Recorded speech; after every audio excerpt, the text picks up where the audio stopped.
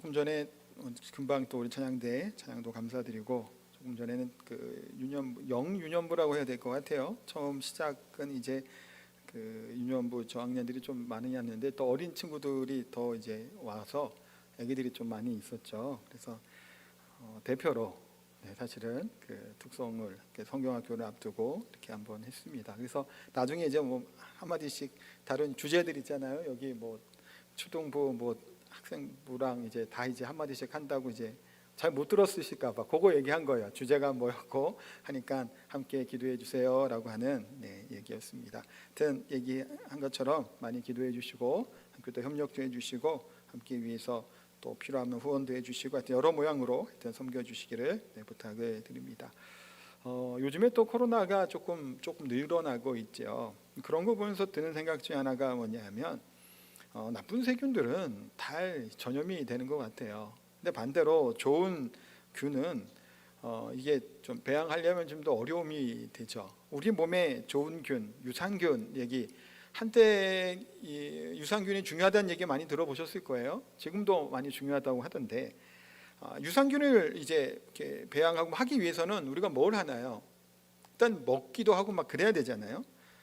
그런데 이렇게 건강을 챙기기 위해서 먹기도 하고 또 운동도 하고 나름 이제 이렇게 애써야 됩니다. 근데 나쁜 세균이 번지고 전파되는 것은 순식간에 뭐 노력도 별로 하지 않아도 세균이 이렇게 증식하는 것들을 발견하게 됩니다. 그때 우리가 아프게 될 때, 질병이 있을 때 원인과 그것들을 발견하게 되면 이제 바로 치료할 수 있는 그런 방법도 사실은 생기게도 됩니다. 그래서 우리가 아플 때도 이제 검사를 하죠.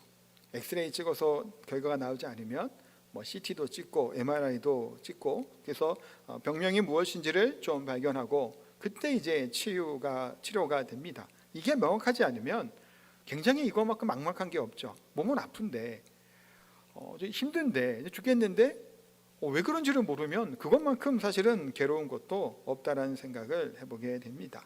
오늘 유대 백성들이 70년간의 포로 생활에서 돌아와서 성전을 재건하고 있습니다.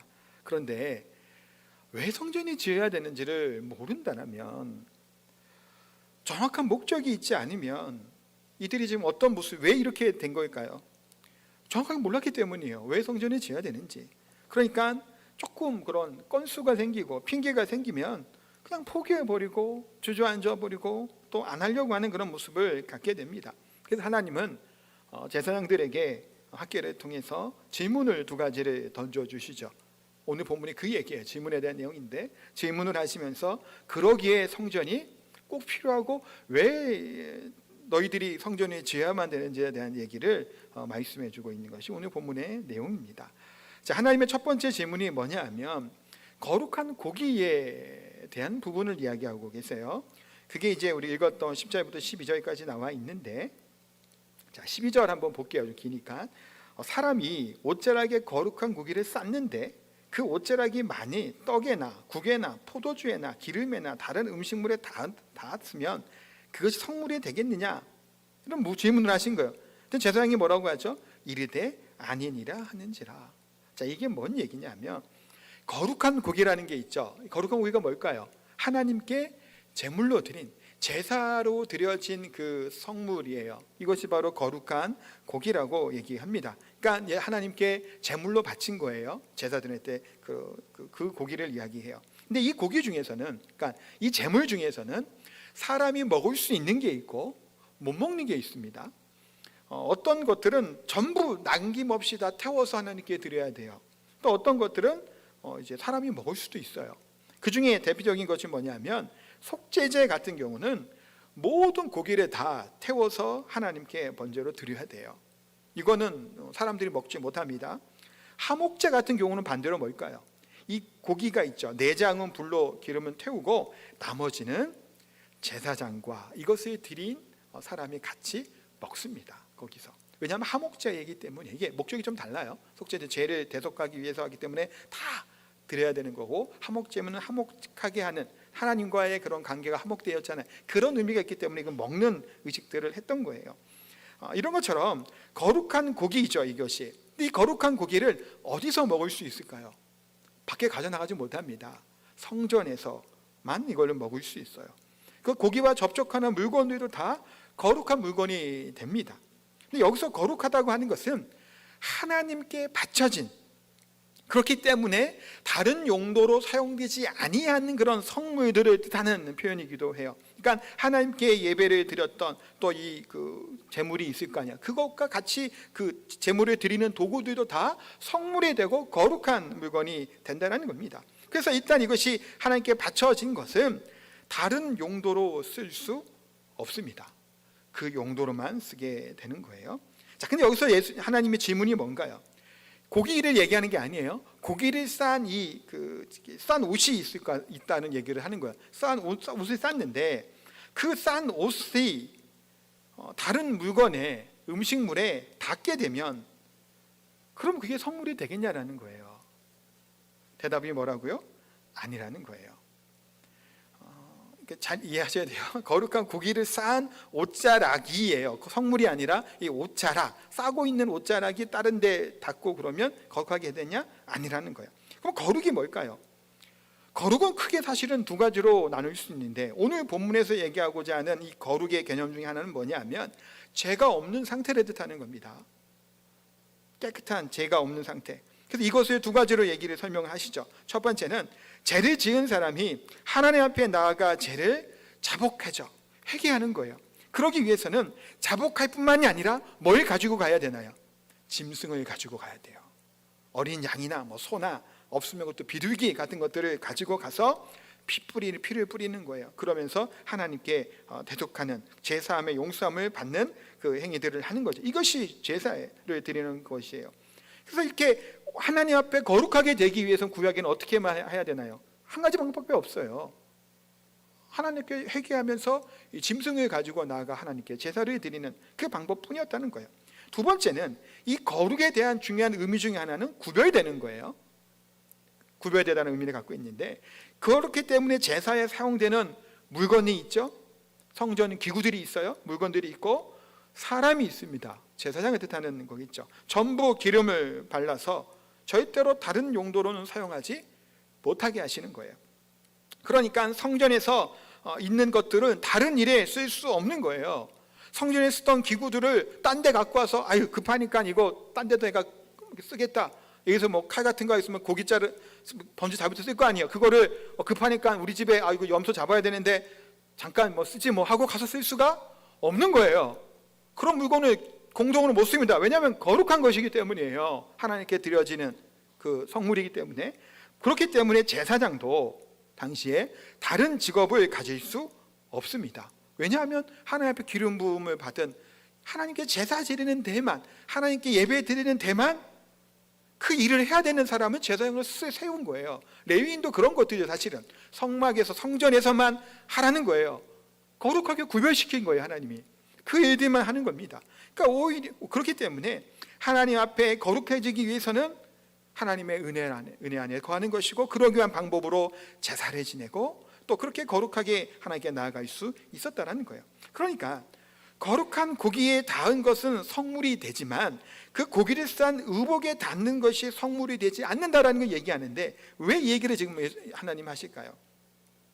그건 이제 이스라엘 백성이 성전이 어떻게 됐나요? 예루살렘이 함락되고 다 무너졌죠. 그러면 구약에 거룩해지기 위해서는 어떻게 해야 된다 그랬나요?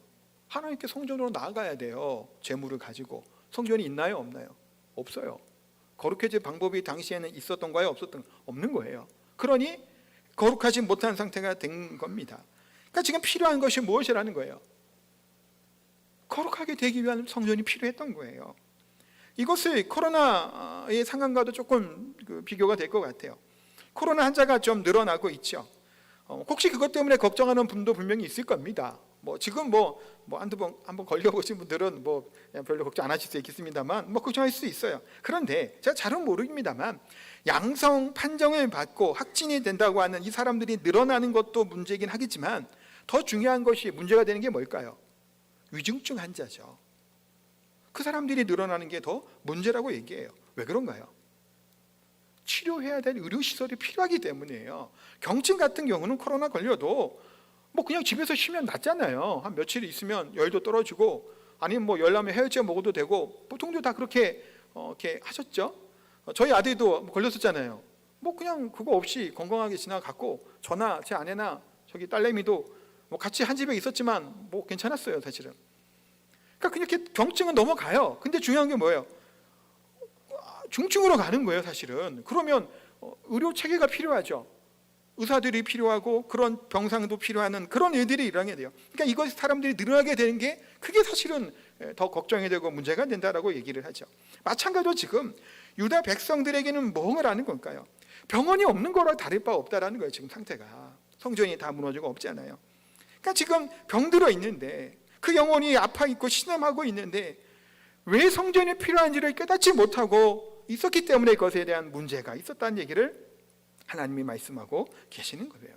그러니까 자기가 어떠한지, 지금 상태가 어떠한지를 뭐 해야 돼요? 알아야 돼요. 그걸 모르면 그게 문제예요, 사실은. 지금 내가 어떤 상태이고 무엇을 해야 되는지 모르는 게 문제입니다. 과거에 종들이 있었죠. 노비들, 뭐 노예들, 그럼 농노들도 옛날에 뭐 이거 있었고, 그런 시대에 그 사람들이 농사 짓는 이 소출과 지금 이 시대에 첨단 기기 얘기하는 게 아니에요. 똑같이 그냥 노동력으로 일을 한다고 가정했을 때 그 과거의 노비들이나 그런 농노했던 그 소출의 양과 지금 우리나라 사람들이나 우리 지금 현대 사람들이 농사를 짓는 그 노동력의 그 효율이 어떨까요? 뭐가 더 좋을까요? 강제로 시키니까 이쪽에도 효율이 많이 나올까요? 아니잖아요. 우리가 역사했던 거 알죠? 아니에요. 그들은 자기 정체성이 명확하지 않아요. 존귀함을 갖지 못해요. 열심히 노력하고 땀을 흘려도 그 곡식이 내게 되나요? 주인께 되나요? 주인께 돼요. 하나요? 일을 안 하나요? 안 해요. 적당히 해도 시간만 때우면 뭐 하는 거예요? 먹을 건 주잖아요, 주인이. 재울 건 재워주잖아요. 그러니까 효율이 나오질 않는 거예요. 그러니까 스스로가 남이 시켜서 억지로 하다 보니까 그런 효율이 나오지 않습니다. 감옥에 갇힌 죄수도 마찬가지겠죠. 그들에게 뭐 일도 시키고 뭐 노동을 시키잖아요. 그들이 얼마나 일을 효율적으로 할까요? 그렇게 못할걸요? 군대에서 삽질하는 건 어떤가요? 갈구니까 어쩔 수 해도 내가 이 땅을 파고 뭐 참호를 지으면 뭔가를 돈을 받는다 그러면 더 열심히 파겠죠. 그런데 그냥 강제로 억지로 하다 보니까 그럴 만한 효율이 나오지 않습니다. 북한이나 공산주의가 망한 이유가 다 그와 같죠. 자유가 박탈됐기 때문이에요. 유다 백성들도 사실은 70년 동안 포로 생활을 하면서 억지로 강제로 하는 일에 익숙해져 버린 거예요. 그래서 지금 자신의 영혼의 건강함과 회복함을 위해서 무엇이 필요한지를 이들이 모르고 그냥 있는 거예요. 시키니까 지으라 그러니까 짓고 있었던 이들의 모습이니 조금 어려운 일이 생기고 어려운 일이 힘든 일이 생기니까 어떻게 되는 거예요? 포기해버리는 겁니다. 그냥 안 짓는 거예요. 그냥 딴 거 먼저 하지 뭐. 그렇게 주저앉는 그런 모습들을 보게 돼요. 그러나 노예가 아닌 자유인은 하나님의 사람들은 뭐 하는 사람들인가요? 정확한 목적이 있는 사람들이죠. 무엇을 해야 되고 왜 해야 되는지 아는 자들이에요. 바울 사도가 어땠나요? 본인은 노예가 죄수의 신분으로 로마에 이렇게 압송되어 갔습니다. 가던 중에 어떤 일이 일어나게 되나요? 배가 풍랑을 만나게 되죠. 모두가 죽을 위기에 처하게 될 때, 낙심하게 될 때 바울이 그 다음에 같이 낙심을 했나요? 아니에요. 하나님의 주신 말씀을 그들에게 얘기하고 우리의 생명을 반드시 구원해 주실 것이라는 확신을 그들에게 줘요. 나만 얘기한 게 아니라 그들에게 힘을 주고 음식을 먹게 하고 그들의 생명을 구하는 역할을 누가 하는 건가요? 바울이 한 거예요. 왜 그게 가능한가요? 그냥 휩쓸리는 인생이 아니었기 때문이에요. 바울은 정확한 목표를 향해서 나를 부르시는, 로마를 통해서 로마로 나를 가게 하시는 하나님의 은혜와 목표가 있었기 때문에 그런 환난의 가운데, 어려운 가운데서도 자기 자신만이 아닌 주변 사람들을 구원하고 생명을 구원하는 일에 바울이 그 역할을 감당했던 것을 발견하게 됩니다. 사랑하는 성도 여러분, 지금 이 시대가 겪고 있는 여러 가지 혼란과 어려움들, 왜 이런 일이 생기는 걸까요? 국제 유가도 정말 많이 올랐죠. 경제도 힘들다고 얘기합니다. 그럼 경제가 어려워서 문제인가요? 정치가 문제인가요? 사회적인 문제가 그것이 문제일까요? 더 큰 문제는 우리 마음의 병이 들고 영적인 상태가 쇠약해지고 질병에 오염되고 병들어 있는 상태가 되었기 때문에 그것이 더 문제라는 겁니다. 우리의 영혼이, 영적인 상태가 정화되고 깨끗하게 되어야 된다는 거예요. 그럼 영혼을 치료하고 우리에게 새 힘과 목표를 줄 수 있는 곳이 어디일까요? 사회시설들이 아니에요. 오직 교회뿐이라는 겁니다. 우리를 회복하는 것은 다른 이 세상의 제도와 방법이나 그런 것이 정치적인 것들이 아니라 오직 예수 그리스도 하나님의 말씀이고 교회가 우리에게 소망인 줄 믿습니다. 그런데 교회에 오기만 한다고 모든 게 다 해결이 되냐? 만사형통하냐라는 거예요. 그냥 아무 생각 없이 와서 예배드리고 그냥 이 성도들끼리 식사도 하고 교제도 하고 하는 것만으로 우리가 되겠냐라는 거예요. 안 된다라는 거예요. 왜냐하면 거룩한 성모를 싼 옷자락에 닿으면 어떻게 거룩하게 되냐고요? 안 되는 거예요. 그거 갖고는.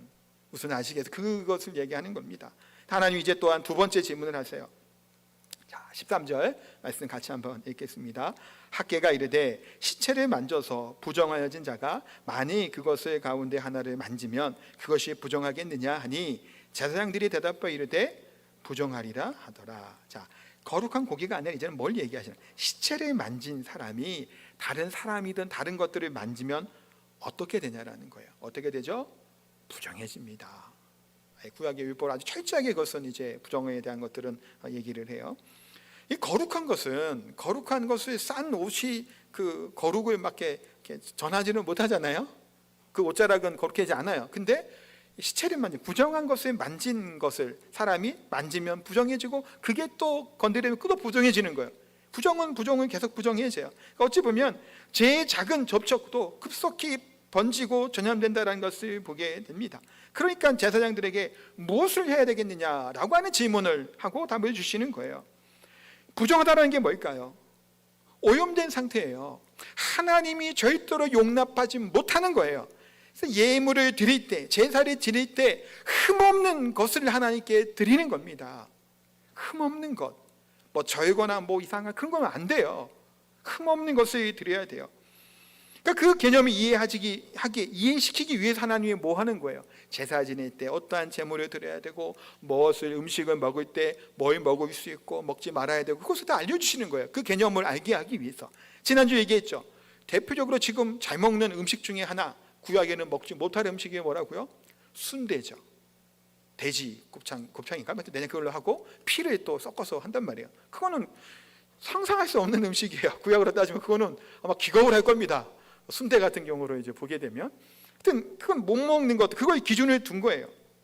그러면서 하나님께서 또 뭔 얘기를 이어서 얘기해 줄까? 이 거룩 부정하게 됐다는 걸 얘기하면서 이 14절인데 14절 같이 한번 읽겠습니다.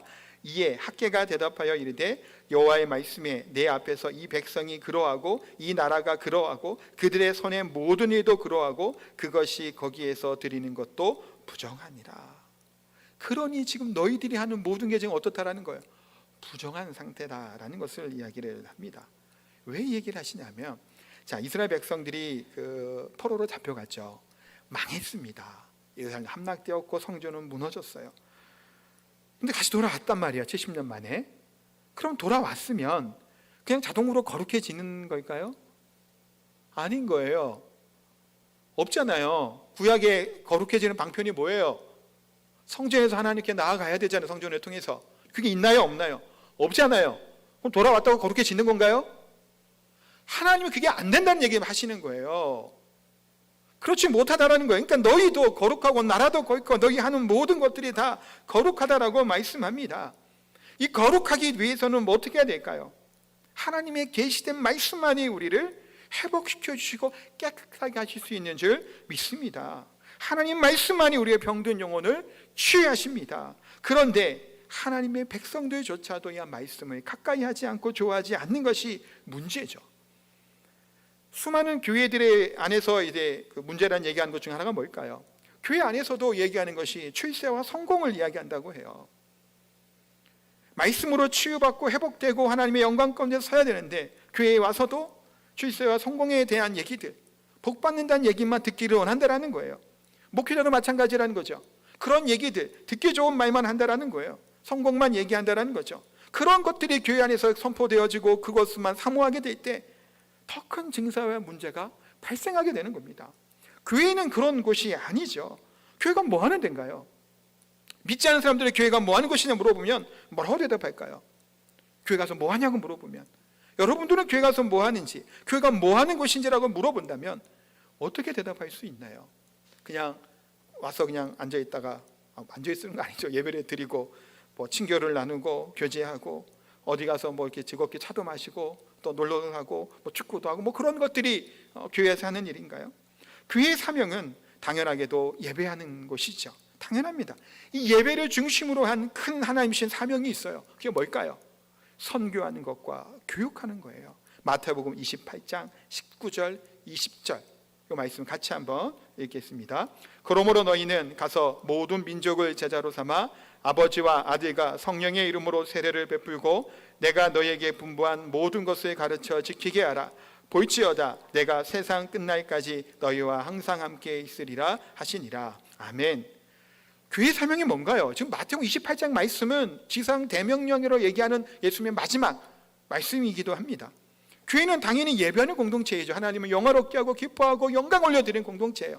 근데 그것만 하고 있는 것이 아니죠. 그러면서 해야 될 것은 선교하는 거예요. 복음을 전하는 겁니다. 모든 민족을 향한 복음을 전하는 것. 그것은 뭐 외국 해외만 얘기할 것은 아니겠죠. 우리나라에서도 마찬가지일 거예요. 그게 전하는 것, 복음을 전파하고 선교하는 것이 교회의 사명이에요. 지난 시간에 지지난 주죠. 최재명 선교에 나오셔서 이제 뭐 선교 보고도 하시고 이제 말씀 전해 주셨지만 제가 우리 성도님들한테 뭐 헌금하라는 얘기는 안 하잖아요. 그렇죠, 아시죠? 그런데 제가 한 가지 좀 하라고 하는 게 있었죠. 선교헌금이에요. 저희 교회는 선교헌금은 다 선교사님들 이제 그 선교지에 이제 드리는데 사용됩니다. 다른 데에 들어가지 않아요. 선교헌금이 뭐 재정에 들어와 딴 데 쓰여지는 거 전혀 없고 선교헌금은 선교사님들에게만 선교하는 데만 사용돼요. 그렇기 때문에 제가 부탁드리고 싶은 것은 조금이라도 괜찮아요. 뭐 많이 하라는 얘기를 하고 싶지는 않습니다. 그러나 매달 그래도 조금씩이라도 우리가 선교하는 일에는 조금씩이라도 마음을 좀 모으셔야 돼요. 다만 뭐 정말 몇천 원이 됐더라도 조금이라도 같이 마음을 모아주시게 될 때 그 선교사님들에 대한 후원이 더 많이 늘어날 수 있겠죠. 액수도 늘어날 수 있고 더 많은 선교사님들을 후원할 수 있고 또 그 선교비가 모아지게 될 때 그걸 갖고 교회를 개척하는 일에도 우리가 선교비를 통해서 이걸 할 수 있다는 겁니다. 그러기에 마음을 모아서 우리가 선교인에 동참할 수 있어야 돼요. 왜냐하면 여러분들이 다 나가서 선교를 못 하잖아요. 저도 마찬가지고. 선교에 있으면 방법이 있죠. 뭔가요? 기도하는 거예요. 첫 번째 중요한 것은 선교사님들을 위해서 기도하는 거예요. 휴게실에 보면 기도 제목 다 붙여놨습니다. 선교사님들 이렇게 정기적으로 보내주시거든요. 뭐 읽어보고 기도 제목 같이 기도 동참하시는 게 선교하는 거예요. 또 할 수 있는 게 뭔가요? 조금이라도 선교헌금을 같이 하는 거예요. 조금이라도. 제가 조금이라도 강조하죠. 부담을 드리고 싶은 것은 아니지만 그렇게 우리가 선교하는 일에 교회가 해야 될 큰 사명이기 때문에 선교하는 일에 마음을 모을 수 있어야 됩니다. 또한 사명이 뭘까요? 교육하는 거예요. 가르치고 하나님의 사람을 세우는 거죠. 그러니까 아까 28장 뒷부분에 내가 분부한 것을 모두 가르쳐 지키게 하라. 교육하는 겁니다. 우리가 교회학교 여름 행사가 이제 이번 달에 8월 초에까지 있죠. 다음 세대를 위해서 우리가 기도하는 것을 쉬어서는 안 되고 그들을 향한 긍휼한 마음과 사랑의 마음으로 세워나가는 일들을 우리가 해야 되는 거예요. 내 자녀가 있지 않아서 관심 없는 게 아니에요.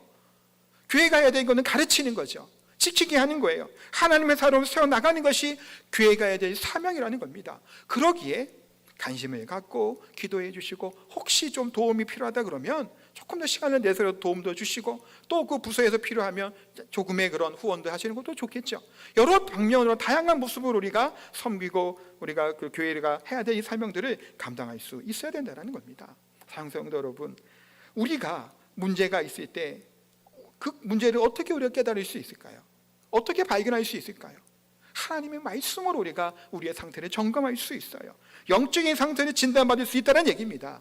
자 보세요. 히브리서 4장 12절 되게 중요한 말씀 함께 이것도 읽겠습니다. 하나님의 말씀은 살아있고 활력이 있어 좌우의 날선 어떤 검보다도 예리하며 혼과 영과 및 관절과 골수를 찔러 쪼개기까지 하며 또 마음의 생각과 뜻을 판단하나니. 아멘. 하나님의 말씀이 뭐라고요? 살아있고 활력이 있다라는 거예요. 날선 검보다 더 예리하다라는 겁니다. 하나님의 말씀은 어떠한 수술술의 메스보다도 더 예리해요. 우리가 겉으로 멀쩡해 보이는 우리의 상태를 점검하고 하는 것은 하나님의 말씀이죠. 우리의 병든 영혼을, 우리의 마음을 치료할 수 있는 방법은 뭐랄까요? 하나님의 말씀이에요. 하나님의 말씀이 선포되어질 때 뭐가 일어나게 되는 건가요?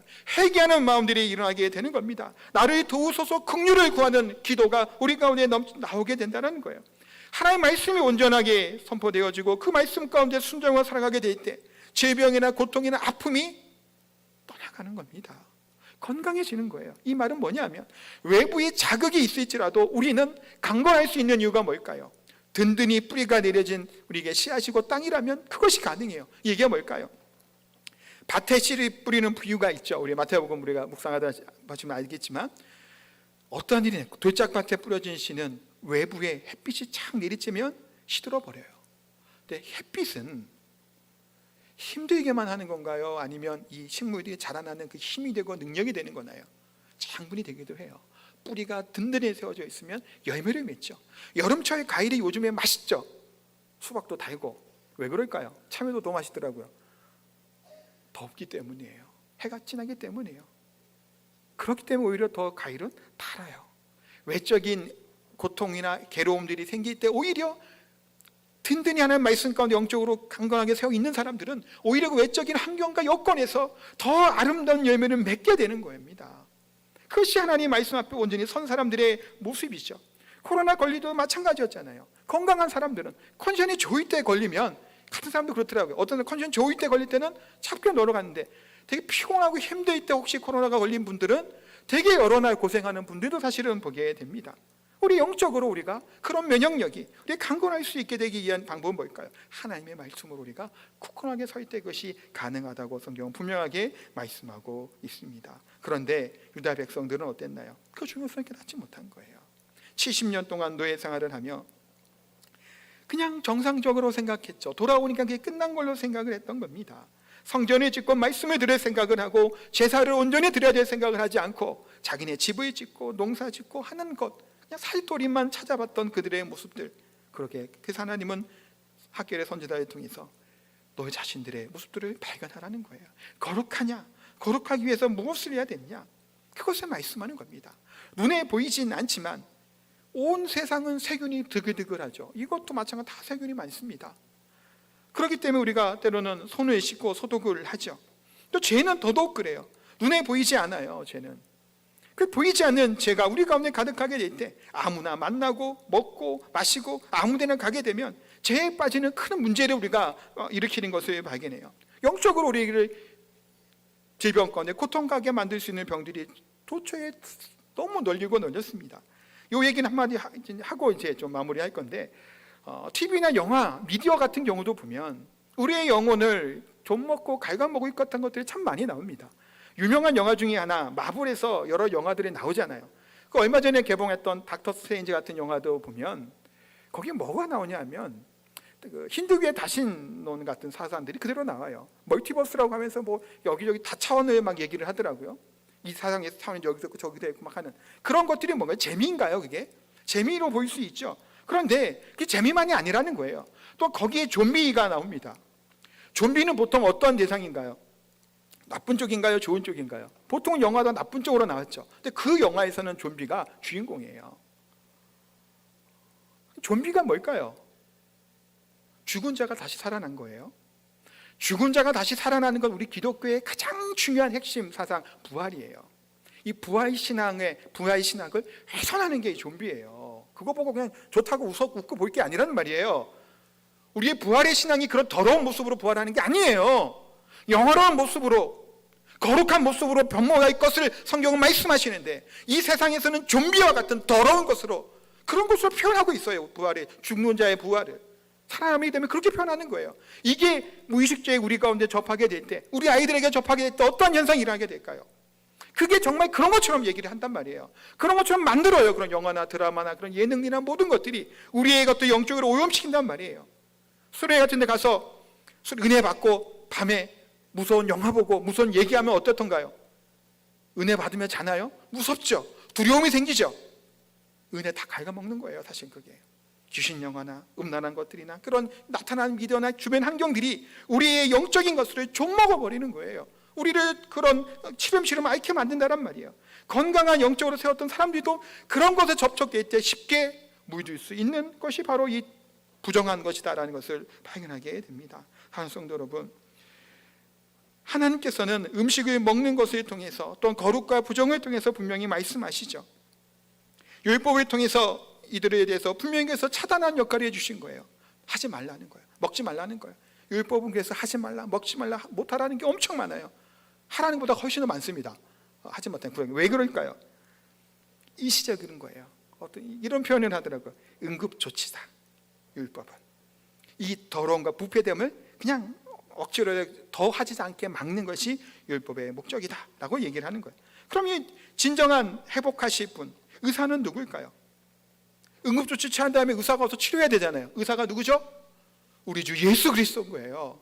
예수 그리스도께서 의사가 되셔서 이 땅의 모든 병든 것과 약함과 더러운 것과 죽음을 십자가에서 부활 승리하시, 죽으시고 부활하고 승리하심으로 이기시고 회복시켜 주신 것이 바로 예수님이시죠. 그러기에 이들에게, 오늘 본문의 이스라엘 백성들에게 그 예수님을 기대하고 준비하기 위해서 뭘 지으라고요? 성전을 지으라는 겁니다. 그래서 거룩한 성전의 예표가 되는 것을 통해서 오실 그 메시아를, 예수님을 준비할 것을 말씀하고 있죠.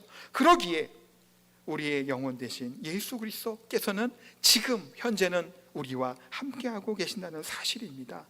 그것이 우리에게 너무나 큰 은혜고 복인 거예요. 이 학개서에 나오는 이스라엘 백성들이 깨닫지 못하는, 학개 선지자조차도 알지 못했던 이 복음의 비밀이 우리에게는 깨달아 주시는 거예요. 그게 얼마나 은혜인가. 지금 이 시대 우리가 살고 있다는 것이. 사랑하는 성도 여러분, 그러기에 우리의 영적인 상태는 어떤가요? 우선순위를 잃어버려서는 안 됩니다.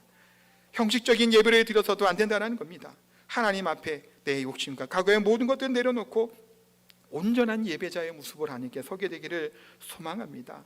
부정한 자들이 계속 뭔가를 해봐야 더 부정한 일들이 생길 수밖에 없어요. 더 다툼과 악감이 생길 수밖에 없다는 겁니다. 그러기에 우리가 먼저 해야 될 것은, 우리가 먼저 하나님 앞에 거룩하게 되어야 되고, 하나님의 예배 가운데 온전히 예배를 사모함으로 온전한 예배를 하나님께 드릴 수 있어야 될 줄 압니다. 형식적인 예배는 사람을 살리지 못하죠. 그러나 진정한 살아있는 말씀으로 우리가 새롭게 될 때 우리는 살아나고 힘을 얻게 될 줄 믿습니다. 그러기에 어떠한 환경과 상황이 될지라도 우리는 낭망하지 않고 좌절하지 아니하고, 우리를 통해 나타나실 성령의 능력과 거룩한 생명의 생수가 우리를 통해 흘러 넘치게 될 것을 소망합니다. 거룩하게 되시기를 소망합니다. 우리 찬양하겠습니다. 오소서 진리의 성령님, 함께 찬양하겠습니다.